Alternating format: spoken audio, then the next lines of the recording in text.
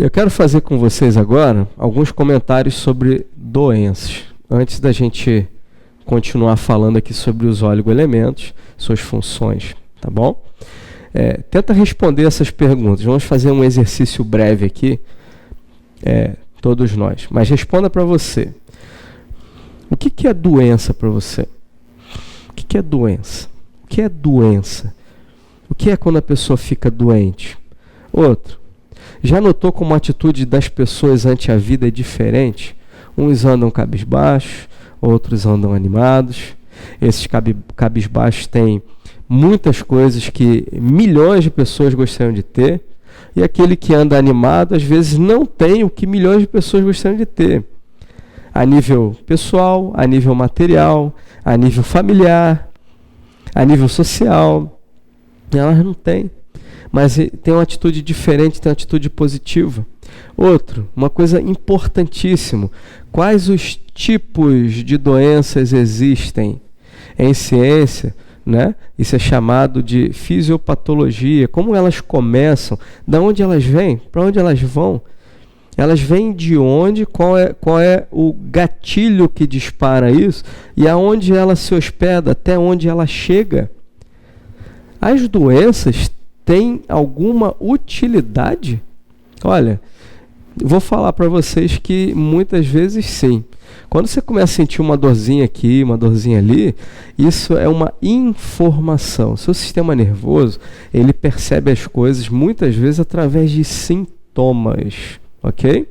E a gente precisa saber fazer a leitura adequada desses sintomas para poder responder ao corpo, dar ao corpo aquilo que o corpo está precisando naquele determinado momento, entende? E aí, falando nisso, você enquanto pensa nessas perguntas, né? A gente evocando lá Hipócrates, né, o pai da medicina, e infelizmente isso não é ensinado hoje, ver o ser humano como um todo, ele já dizia, não devemos olhar para a doença e sim para o doente.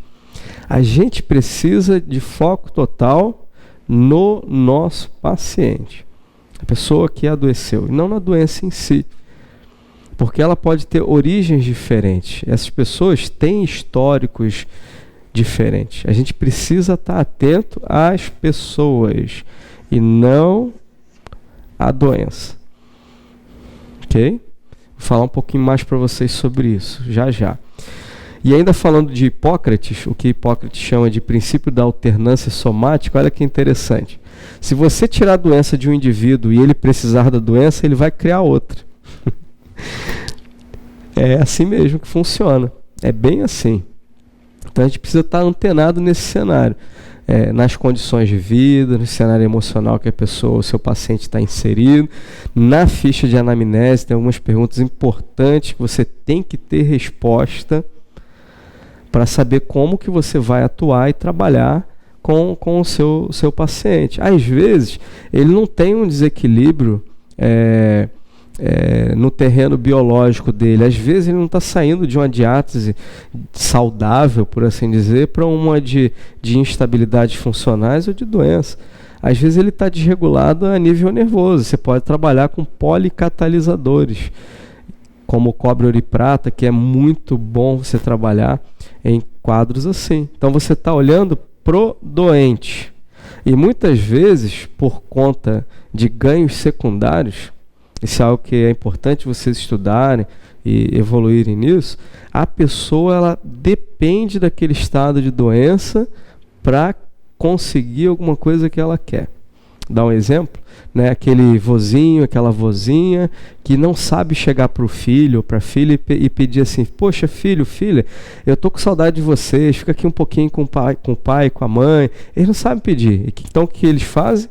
A neurologia deles provoca um quadro de sintomas, eles adoecem para que os filhos estejam perto.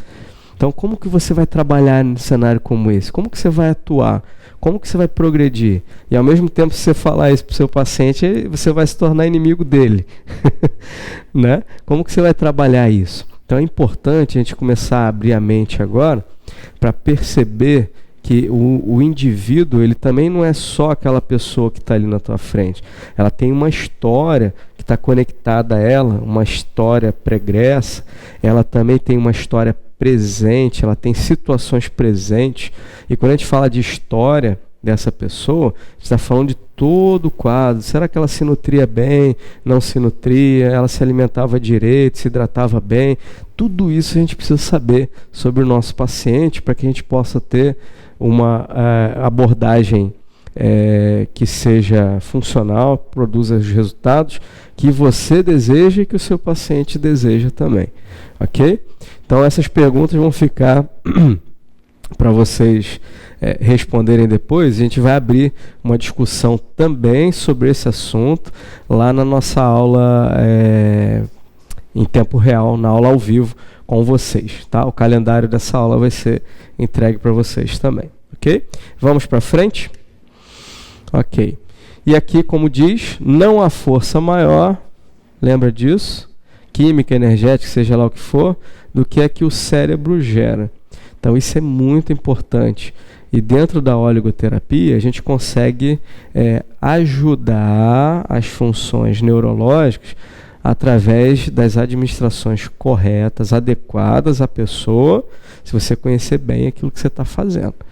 E você vai perceber que a pessoa ela já te dá respostas, muitas vezes, no mesmo dia da sua aplicação. E isso é muito legal, isso é vibrante para todos nós, ok?